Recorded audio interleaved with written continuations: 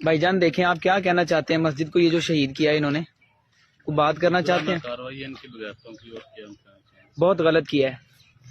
आप भाई यहाँ के हैं? जी जी क्या कहना चाहते हैं आप, इन्होंने क्या किया, ये बहुत गलत हुआ है। जी बिल्कुल, ये मस्जिद है, मस्जिद को शहीद कर दिया गया। ठीक है, सिविलियन पर जो हमला किया ये बहुत गलत किया इन्होंने। कल जिस जलसे में वो मौजूद थे वहाँ पे वो कह रहे थे कि पाकिस्तान की जो रहीम यार खान की एयर बेस है वो आईसीयू में। अपने आप को जिहादी बोलते हैं, ये बोलते हैं परिंदा पर मार के दिखाए पाकिस्तान में, इंडिया की तरफ से हम दिखाएंगे। भाई 9 जगह पे मिसाइल पड़े 2 महिलाओं के हाथों, तुम्हें पता तक नहीं चला और कितने ठोक दिए। शर्म कर लो यार। इसहाक डार ने अभी एक ट्वीट की, फौरन उन्होंने क्या कहा जरा मैं आपके सामने जरा पढ़ के दिखा दूं। अब जरा अपनी लॉजिक को चेक कीजिएगा कि आपकी लॉजिक वही है जो पहले थी। इसहाक डार साहब ने कहा कि deeply saddened by the dastardly terrorist attack by Indian proxies on a school bus in Khuzdar targeting innocent children, 3 जो कि अब नंबर 4 पे चला गया, वो शहीद हो गए और मैनी क्रिटिकली इंजर्ड। हमारी while our prayers go out for the departed souls and the families, the planners and orchestrators of this heinous attacks shall be brought to justice. अच्छा, ये लगता है जैसे tit for tat language use की जाए। Rahim Yar Khan, Nur Khan, Rawalpindi, Rafiqui airbase, Shorkot, Murid airbase, Chakwal. Pakistan का total 4 दिन में $4 बिलियन खर्च हो गया। ये बिल्कुल गलत बात है। आप कुछ कहना चाहते हैं भाईजान? जी जरूर, क्योंकि ये हमारी मस्जिद शहीद नहीं, इसकी हमारी इज्जत व्यवहार किया है और इंशाल्लाह इसका बदला लिया जाएगा, जरूर लिया जाएगा। इंशाल्लाह हरकत नहीं करेंगे इंशाल्लाह। पाक आर्मी हमारे साथ खड़ी है। लेकिन ये देखें, पहलगाम का अटैक हुआ तो फौरन कहा गया उधर से, इंडिया ने मेरा 5-10 मिनट के अंदर ही कह दिया था कि ये इसके पीछे पाकिस्तानी बेस्ड टेररिस्ट का हाथ है। और ये मैं अक्सर रेफरेंस आपको देता हूँ कि जब उसामा बिन लादेन का हुआ, आई थिंक विद इन, अभी डॉक्यूमेंट्री भी आई है 9/11 के ऊपर, कैचिंग उसामा बिन लादेन। यार मानना पड़ेगा, इंडिया को सलूट है मेरा यार। पाकिस्तानी बोलते हैं कि भाई इंडिया सिर्फ मूवियों में अजीब चीजें दिखाता है। अरे भाई रियल में देखें, सबसे पहले ऑपरेशन का नाम देखें, ऑपरेशन सिंदूर। ऊपर से देखें उस ऑपरेशन को लीड कौन कर रहे थे, किसके अंडर कंट्रोल चल रहा था, कौन कमांड कर रहा था? भैया 2 महिलाएं। कल पहली बारी जयशंकर साहब ने आसिम मुनीर का डायरेक्टली नाम लेके बोला है। You have a Pakistani leadership, especially their army chief, who's very driven by extreme religious outlook. We identified the people, the attackers. We know that they are linked to the Lashkar. We know the command centers. ये मस्जिद, ये मदरसा, ये जामिया, यहाँ पे नन्हे मुन्ने बच्चे पढ़ते थे, कुरान की तालीम हासिल करते थे। ये मस्जिद को शहीद कर दिया गया है। ये देखें आप, बहुत नुकसान हुआ है। We hit 8 air bases. We basically made those air bases non-functional. There is a clear message in that operation that if there are acts of the kind we saw on April 22nd, there will be a response. We will hit the terrorists. If the terrorists are in Pakistan, we will hit them where they are. क्या मोदी साहब दोबारा हमला करने का plan रखते हैं? अगर ये हाफिज सईद, मसूद अजहर एकात को भारत के हवाले कर दें, जो वो बार बार कह रहे हैं, तो इन्हें दे देना चाहिए।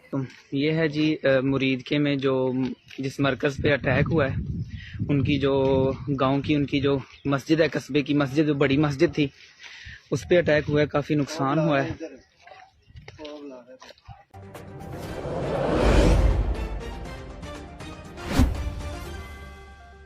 पाकिस्तानियों, तुम्हें चूना लगा दिया, इंडिया वालों ने चूना लगा दिया, तुम्हारी पिटाई 2 महिलाओं से करवा दी। भाई ये होता है पावर ऑफ इंडिया, ये है हिंदुस्तान की ताकत कि एक महिला इतनी पावर रखती है अपने हाथ में कि सेकंड के अंदर जो है पाकिस्तान में आग के शोले उबल आते हैं, जमीन आग उगलती है, आसमान गोले बरसाता है, सिर्फ 2 महिलाओं ने।